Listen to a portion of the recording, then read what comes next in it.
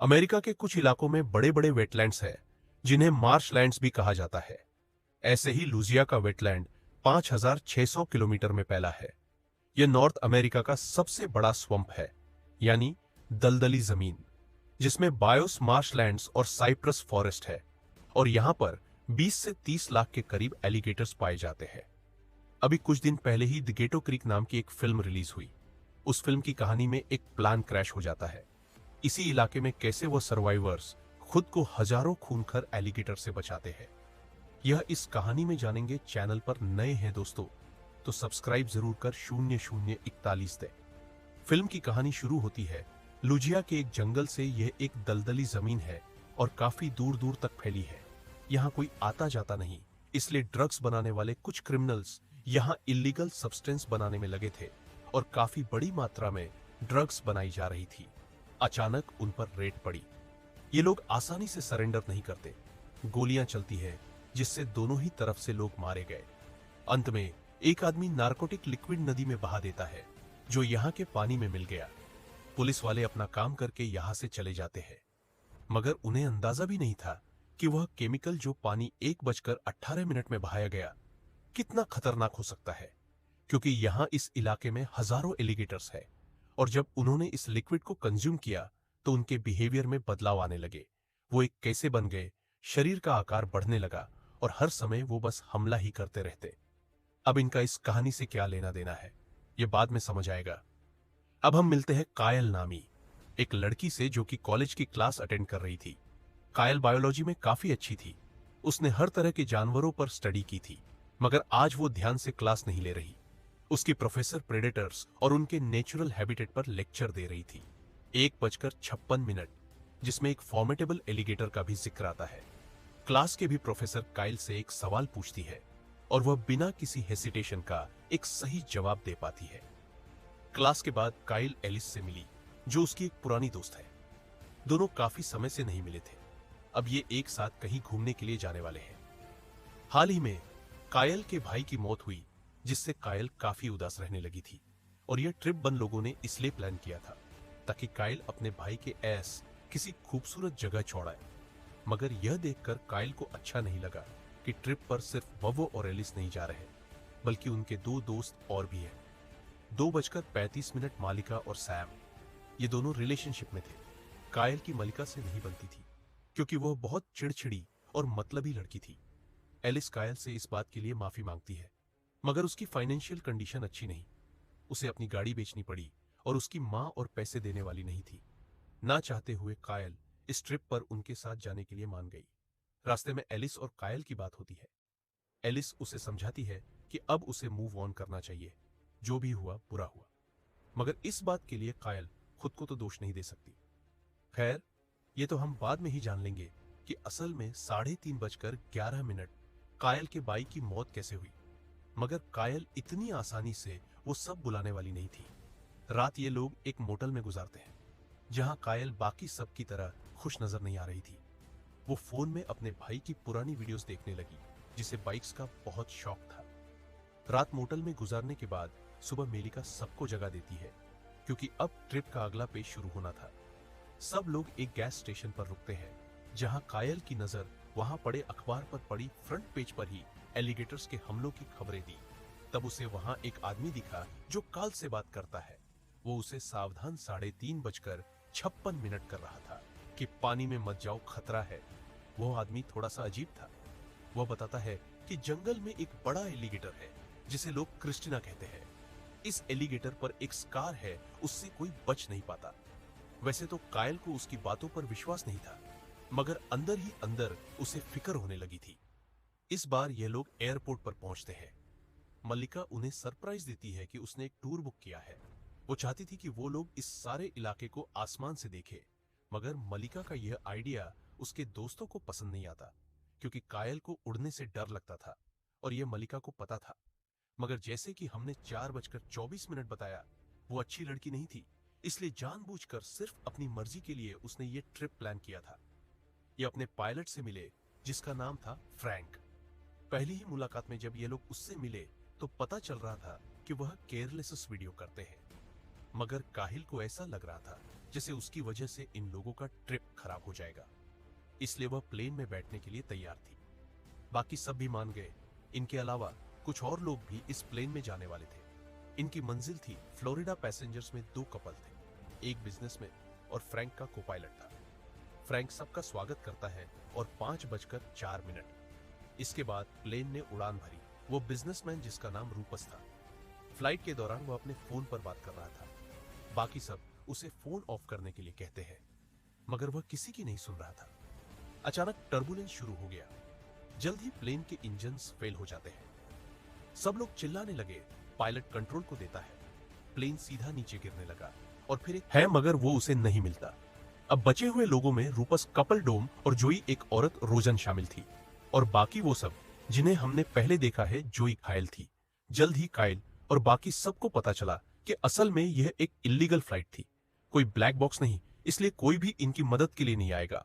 और ये अमेरिका के सबसे बड़े वेटलैंड में क्रैश हो चुके थे, जहां दलदल, तालाब और जंगल है। मीलों तक ये सब फैला है। और बड़ा खतरा यहां यह था कि असल में ये एलिगेटर्स का घर था। फ्रैंक सबको समझाता है कि हमें नॉर्थ ईस्ट में जाना होगा। लोग गुस्सा आते जाने से पहले इन्हें तालाब में कोपायलट की लाश 6:22 नजर आई। मगर जैसे ही फ्रैंक उसे लेने पानी में गया, एक बड़ा एलिगेटर कोपायलट को कहा जाता है। ये देखकर सभी बहुत घबरा गए। कायल सबसे कहता है कि हमें यहां से तुरंत निकलना होगा। फ्रैंक के हिसाब से 3040 माइल चलने के बाद इन्हें कोई एविएशन पॉइंट मिल जाएगा। ये लोग इस जगह से निकलने की तैयारियां शुरू कर देते हैं। दबेलेस को कुछ आवाज सुनाई दी। वो जंगल में गई तो एक पेड़ के नीचे उसे एलिगेटर्स के अंडे मिले। उसने कहीं सुना था कि एलिगेटर्स के अंडे काफी एक्सपेंसिव होते हैं। उसे तो वैसे भी पैसों की जरूरत थी, इसलिए वो उन अंडों में सिर्फ एक को छोड़कर बाकी सबको अपने बैग 6:59 में डाल दी है। मगर यह उसने किसी को बताया नहीं। शाम को ये काफी थक गए थे, इसलिए एक जगह आग जलाकर आराम करते हैं। काय सबसे ज्यादा इन जानवरों के बारे में जानती थी, इसलिए ज्यादातर लोग उसे ही फॉलो कर रहे थे। हालांकि मल्लिका को उससे जलन हो रही थी। पूछती है कि हम इसे लीडर क्यों बनाए। उस रात जब रूपस अपना फोन ढूंढ रहा था तो एक एलिगेटर उस पर हमला कर देता है, और अगली सुबह बाकी सबको उसकी लाश मिली। ये लोग हैरान थे, क्योंकि एलिगेटर्स ऐसे शिकार नहीं करते। मगर कुछ गड़बड़ थी। मगर ऐसा ही चलता रहा तो वो इन सबको नहीं छोड़ेंगे। फ्रैंक कहता है कि हमने कुछ अफवाह सुनी थी। 7:38 के एलिगेटर्स में कुछ बदलाव आ रहे हैं। बाकी सभी को चिंता होने लगी। रूफर्स के मौत के बाद सबके चेहरों पर डर साफ दिख रहा था। काइल, जो शुरू से सिचुएशन पर ध्यान दे रही थी, समझ जाती है कि एलिगेटर्स अब इंसानों को एक्टिवली हंट कर रहे हैं। वह सबको समझाती है कि यहां रुकना खतरे से खाली नहीं। तभी ने कुछ दूरी पर एक कैब नजर आया। ये लोग उसकी ओर जाने लगे, मगर कायल सबको रुकने के लिए कहती है, क्योंकि जाड़ों में एलिगेटर्स छुपे थे। रोजन, जो डी उरी पर दी कायल, उसे ना हिलने का कहती है। वो सबको समझाने की कोशिश ही कर रही थी कि अगर हम एक साथ आगे बढ़े तो एलिगेटर्स हम पर हमला 8:17 नहीं करेंगे, क्योंकि खुद से बड़ी चीज से वो डरते हैं। ये कहने की देर थी कि तब रोजन को एक एलिगेटर ले जाता है। वैसे तो कायल का अंदाजा सही था, मगर इन एलिगेटर्स ने अब सस्ता नशा किया है और इनके सारे नियम बदल चुके हैं। ये देखकर सभी केबिन की ओर भागने लगे। वो चिल्लाते हैं और किसी तरह केबिन के अंदर घुस जाते हैं। जोई भी जख्मी हो गई। एलिगेटर ने उसका पैर जख्मी कर दिया। कुछ समय के लिए ये लोग उस केबिन में ही रहते हैं, क्योंकि अंदर ये सुरक्षित थे और रात भी होने वाली थी। रात में कायल को एक सपना आया, जिससे हम जान पाते हैं कि उसके भाई की 8:30 मौत कैसे हुई। ये दोनों एक स्टोर में थे, तब चोर स्टोर को लूटने आए। कायल के भाई को हीरो बनने का शौक था और उसी में वो मारा गया। अगली सुबह सैम कायल को एक मैप दिखाता है। उसमें एक घर की लोकेशन थी। ये लोग उस जगह जाने का फैसला करते हैं, लेकिन उस जगह तक पहुंचने के लिए एक बड़ी नदी पार करनी होगी। इनके सामने अब 2 रास्ते थे।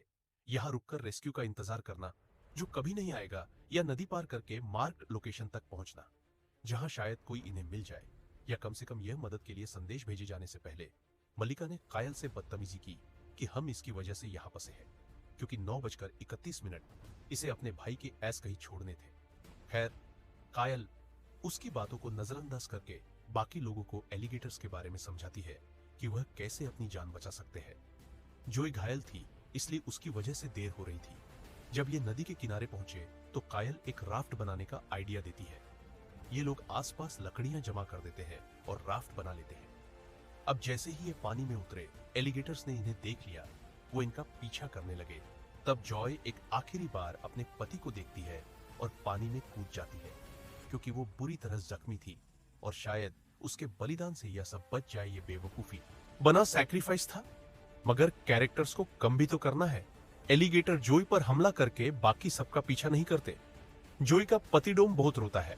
जब ये लोग राफ्ट पर थे तब उन्हें पता चला कि एलिस ने एलिगेटर्स के एग्स चुराए हैं, जिस पर सभी उसे बहुत डांटे हैं। कालेलेस से कहती है कि तुम्हें समझ नहीं आता, येलिगा गटर्स अपने इलाके की रक्षा कर रहे हैं और अगर उन्हें पता चल गया कि उनके अंडे चुरा लिए गए हैं तो वह हमें जिंदा छोड़ने वाले नहीं। राफ्ट किसी तरह दूसरी तरफ पहुंच जाती है। रात होने से पहले सब लोग फाइनली मार्क की गई बिल्डिंग तक पहुंच गए, पर यह जगह भी ज्यादा सुरक्षित 10:47 नहीं लग रही थी, बल्कि असल में यह वही जगह है जो फिल्म के स्टार्ट में दिखाई गई थी। इसी जगह से तो यह सारी गड़बड़ शुरू हुई। जब ये लोग अंदर गए, दीवारों पर खून था। फ्रैंक सबसे कहता है कि यह जगह शायद ड्रग बनाने के लिए इस्तेमाल हुई, हमें सावधान रहना होगा। खैर, यह लोग अब इस जगह की तलाशी लेते हैं। शायद इन्हें कोई रेडियो मिल जाए ताकि यह किसी से संपर्क कर सके। ये अलग हो जाते हैं ताकि जल्दी कुछ ढूंढ सके। मल्लिका फ्रैंक के साथ थी। सीढ़ियों पर पहुंचकर वो उसका रास्ता रोकता है। उसे कहता है कि तुम जैसे लोगों को मैं जानता हूं। अपनी खुदगर्जी के लिए 11:20 तुम किसी भी हद तक जा सकते हो। फ्रैंक एक सोल्जर रह चुका था। शायद किसी जंगी याद ने उसे डमटाइज किया था। अचानक उसे कुछ हो जाता है और मल्लिका को नीचे फेंकने की कोशिश करता है। मल्लिका उससे माफी मांग रही थी, मगर तब एक एलिगेटर ऊपर से आकर फ्रैंक को खत्म कर देता है। वहीं दूसरी तरफ कायल और उसके साथियों को एक जख्मी आदमी दिखा जो बहुत डरा हुआ था। तब कायल को मल्लिका के चिल्लाने की आवाज आई तो वो जल्दी से उसे बचाने गई, क्योंकि वो रेलिंग से लटक रही थी।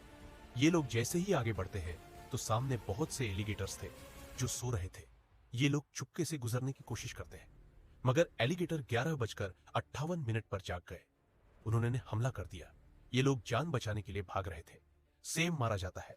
ये एक हॉलवे में पहुंचे जहां सबसे विशाल एलिगेटर्स इनके सामने आया। एलिस अपने बैग से एक अंडा निकालकर उसके सामने जाती है। उसे लगा ये एलिगेटर्स इसके पीछे है, मगर वो एल इसका हाथ ही काट देता है। कायल को वहां गैसली मिला, जिसे वो एलिगेटर पर छिड़क कर उसे पूरी जगह को आग लगा देते हैं। वहां धमाका हुआ। ये लोग उस जगह से निकल आए। ये एक पुल पर पहुंचे। असल में जब ये उस बिल्डिंग में थे, इन्हें एक रेडियो मिल चुका था और इन्होंने मदद के लिए संदेश भेजा था। तो अब इन्हें रेस्क्यू करने के 12:36 तले एक हेलीकॉप्टर वहां पहुंच चुका था। ये लोग खुश थे कि यह जिंदा बच गए। फिर कुछ दिन बाद की कहानी दिखाई जाती है, जहां कायल अपने भाई के एस एक खूबसूरत जगह में बहा देती है। और इसी के साथ दोस्तों, इस फिल्म का अंत होता है। उम्मीद करते हैं यह कहानी आपको पसंद आई होगी, तो लाइक करना ना भूलें। अपनी राय जरूर दें और चैनल पर नए हैं तो सब्सक्राइब कर दें।